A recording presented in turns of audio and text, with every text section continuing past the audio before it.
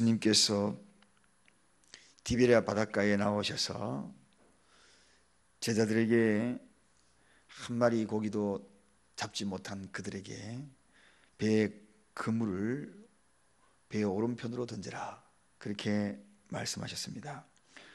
그리고 난 다음에 거기에 잡힌 고기 153마리에 대한 이야기를 전해드렸습니다.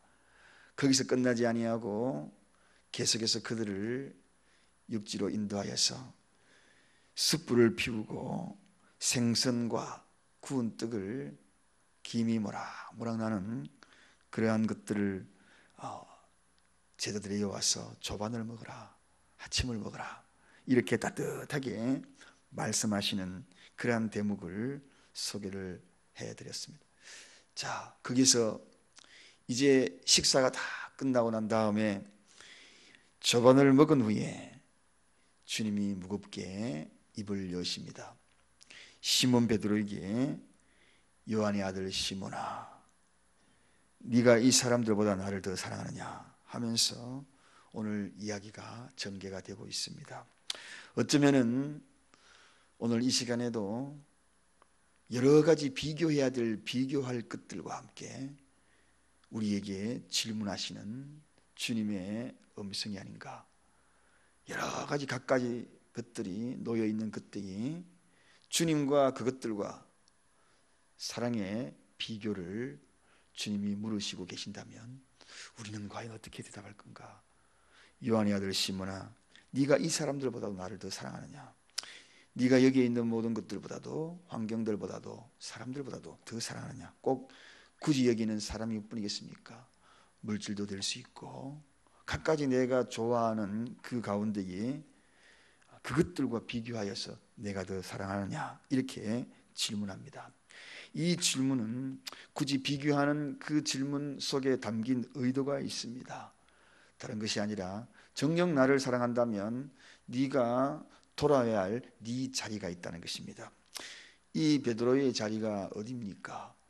제일 처음에 그를 부를 때에 어부에서 그를 불러서 사람 낚는 어부가 되었습니다. 사람 낚는 어부가 되었는데 그들이 또 다시 어디로 갑니까? 고기 잡는 어부가 되었지요. 고기 잡는 어부에서 주님은 네 자리는 사람 낚는 어부의 자리다, 그렇게 부르시는 대목입니다. 그래서 이 대목, 이 자리는 가만히 생각해 보면 제일 처음에 베드로를 불렀을 때 어디서 불렀나요? 그때도 여전히 고기를 잡지 못하여서 아주 밤이 맞도록 고생했던 그때가 기억이 납니다. 꼭 3년 전에 그때도 예수님이 고기를 잡지 못했던 베드로에게 찾아와서 그날 그물이 찢어지도록 고기를 잡았던 그것과 너무 유사한 대목이 오늘도 반복적으로 일어난 거죠. 그때도 잡지 못했지만 지금도 잡지 못했다는 겁니다. 예수님이 없는 그의 삶은 여전히 빈 그물의 모습과 다를 바가 없는 것을 반복적으로 보여주고 있는 것입니다. 그래서 오늘 이 베드로에게 네 자리에 돌아오라, 그렇게 말씀하시는 것입니다. 퇴보한 삶에서 네 자리에 돌아오라. 반복적인 그런 삶을 살지 말고 원래 네 자리로 돌아오라. 선택받은 자에 대한 주님의 변함없는 사랑을 다시 일러주는 말씀입니다. 퇴보한 삶, 퇴보한 믿음, 그리고 사명을 잃어버린 그 사명의 자리에 너는 다시 돌아와야 한다, 그렇게 일러주는 거죠. 제일 목회자들이 찬양 부르면서 무서운 노래가 있다면 이 노래입니다. 목회를 포기하고 다 접어드리고 이제는 나도 이제 그만두고 교회를 접어두고 세상으로 돌아가야지, 그렇게 생각하고 돌아가다가 어느 날 카세트에서 들려오는 노래, 요한의 아들 시몬아, 내가 다른 사람들보다 나를 더 사랑하느냐 하고 주님이 물으셨네. 개다리 벗짐을 하고 이제는 세상으로 돌아가려고 하다가 카세트에서 들려오는 이 노래소리, 그 노래소리에 다시 발걸음을 옮겨서 주님 용서해 주세요, 다시 내가 내 자리 돌아가겠습니다 하면서 많은 목회자들 그리고 세상으로 향하던 발걸음들을 돌이켰다는 그런 노래, 이 노래가 바로 그 노래입니다. 다윗과 요나단이라는 오래전에 복음송 가수가 부른 노래가 바로 이 노래죠. 황공명 목사님이 불렀던 노래가 이 노래거든요. 그분 역시 다 보따리 사고 그만하고 포기하려고 가다가 이 노래소리, 본인이 만들었던 이 노래소리 발걸음을 돌이켰다고 합니다. 그런 간증을 들은 적이 있습니다. 여러분, 그렇습니다. 이 말씀, 자, 언제나 우리 하나님은 주님 손에 붙잡힌 바 된 하나님의 백성들에게도 동일합니다. 예수 믿다가 어디를 그렇게 발걸음을 옮겨서 세상으로 돌아가겠습니까? 돌아가면 다시 부르시는 주님의 음성이 있거든요. 네가 어디로 돌아가느냐? 네가 있어야 될 자리가 따로 있다는 것입니다. 네 자리는 주님 품 안이라는 것입니다. 주님 품 안을 떠나서 어디로 가겠는가? 언제나 가까이 찾아와서 내 이름을 부르시는 요한의 아들 시몬아. 사랑하는 여러분, 오늘도 어쩌면 신앙의 방황을 하고 있는 수많은 크리스천들에게 이 질문을 던지면서 찾아오신 사랑을 고백합니다. 그리고 어쩌면 네가 나를 더 사랑하느냐, 이 이야기는 내가 너를 얼마나 더 사랑하는지 아느냐, 역설적인 표현이기도 합니다. 세상의 그 어떤 것들보다도 나는 너를 정말 사랑한다, 그런 반응이, 그런 모습이, 그런 고백이기도 하다는 것입니다. 우리가 그렇지 않습니까? 사랑하는 자에게 내 그 사랑을 확인하기 위해서 던지는 질문이 뭡니까? 당신 나 정말 사랑해? 이 이야기가 아니겠습니까? 그건 정말 나는 정말 사랑하는데 너는 정말 얼마만큼 사랑하느냐, 이 질문에 바로 비슷한 질문이 아니겠어요? 오늘도 베드로에게 나는 정말 너를 사랑한다, 그런데 너 정말 나 사랑해 줄 수 있니? 이 질문을 동일하게 던지고 있는 것입니다.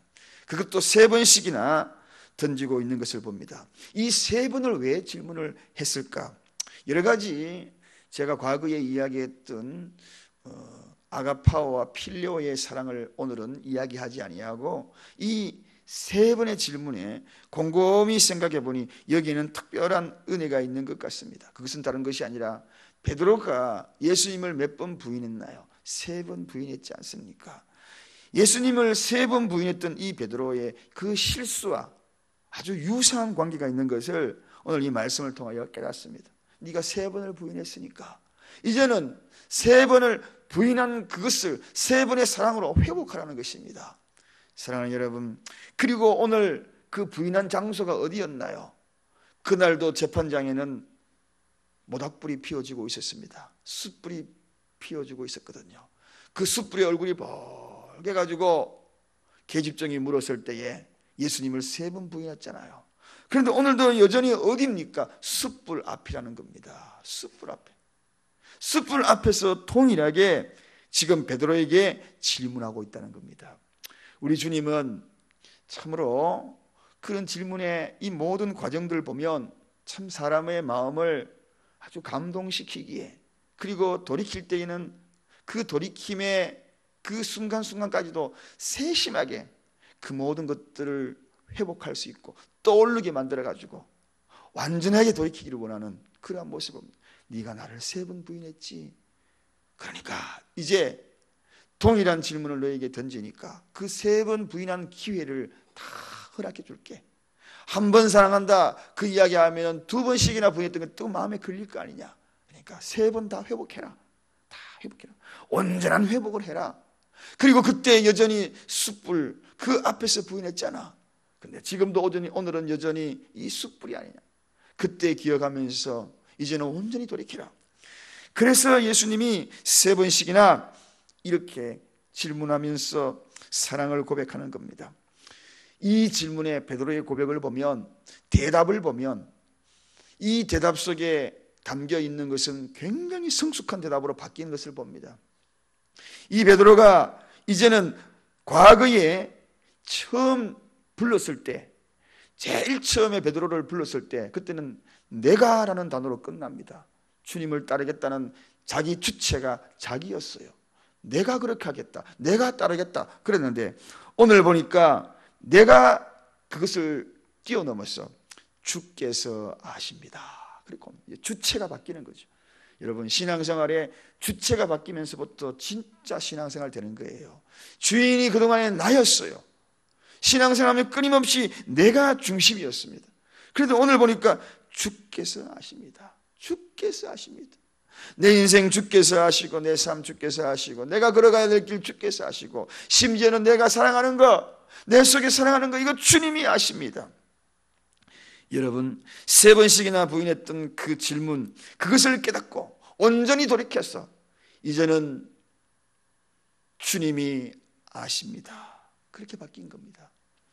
오늘 이 시간에 저와 여러분들이 제 자리로 돌아와야 될 것은 바로 이 자리입니다. 이제는 주체가 바뀌는 거예요. 내 삶의 주체가 바뀌는 거예요. 우리 가정 주체가 바뀌는 것입니다. 우리 교회의 주체가 바뀌는 것입니다. 우리 교회가 하는 것이 아니라 주께서 하십니다. 주께서. 내가 필경은 계획을 세운다 할지라도 그 걸음을 인도하시는 이는 아버지시라. 모든 일에 인도하시는 아버지시라. 주께서 하십니다. 무엇으로 고민을 하십니까? 그 고민의 주체가 누구신가요? 오늘도 여러 갖가지 갈등과 번민 속에 있는 그 주체가 누구십니까? 오늘 주님 앞에 이런 고백을 해보지 않겠어요? 그 고민조차도 주께서 하십니다. 그 고민의 주체가 내가 아니고 주님이 될 때에, 오늘 그 고민은 고민으로서 끝나는 것이 아니라 그때부터 내 양을 먹이라, 즉 본격적인 주님의 관여가 시작이 되는 것입니다. 사랑하는 여러분, 오늘 이러한 모든 고백이 주께서 아십니다. 이 고백이 끝나면서 주님이 내 양을 먹이라 라고 말씀을 시작을 본격적으로 하게 됩니다. 그런데요, 저는 오늘 여기에 또 하나 잊지 않는 그런 단어가 이 말씀 속에서 확 제 마음속에 부딪히는 단어가 있습니다. 네가 이 사람들보다 나를 더 사랑하느냐? 이 질문이지요. 이 사랑이라는 질문입니다. 주께서 아시는 것이 뭡니까? 뭘 알고 있다는 겁니까? 사랑이라는 단어 아닙니까? 사명은 주님을 사랑하지 아니하고 감당할 수 없다는 겁니다. 신앙생활의 가장 기초는 사랑이라는, 이 사랑의 관계가 성립되었을 때 믿음이 싹 트는 것이고 소망이 싹. 그래서 사랑은 모든 것의 기초다. 그렇습니다. 우리가 학교에서 선생님들이 이 아이들을요, 사랑한다는 그 사랑한다는 사랑이 없이 사명감이 있다면 아이들이 돈 봉투로밖에 안 보입니다. 월급 봉투로밖에 안 보여요. 그런데 아이들을 사랑한다는 그 사랑이 그 내면에 깔려 있을 때는 거기에는 진정한 헌신이 나고 그들의 바라보는 눈조차도 달라지거든요. 교회에서 우리가 교사 선생님들 많이 있지 않습니까? 그래서 이 사명이라는 것이 주어지기는 애들을 사랑해야 되거든요. 학생들을 사랑해야 돼요. 그것이 근본으로 안 깔려 있으면은 진정한 사명이 아니라는 거죠.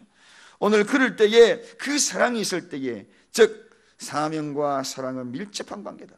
열정만으로도 감당할 수 없습니다. 아무리 열정이 있다 할지라도 사랑이 없으면 무슨 소용이 있는가?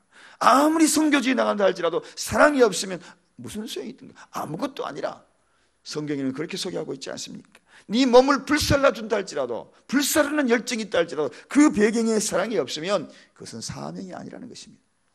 오늘 그것을 확인하는 겁니다. 주께서 아십니다. 비로소 베드로가 주님이 아는 사랑, 주님이 인정하는 그 사랑을 고백할 때에 내 양을 먹이라, 그렇게 얘기합니다. 여러분, 오늘 15절, 16절, 17절 가라사대에 내 양을 먹이라, 이 사랑, 오늘도 주님이 우리를 불러주신 것은 가장 기본, 주께서 아십니다. 그 배경 속에 사랑이 있는가? 내가 어떤 기도의 제목을 가지고 주님 내 마음 아시지요? 내 마음 아시지요? 뭘 안다는 건가?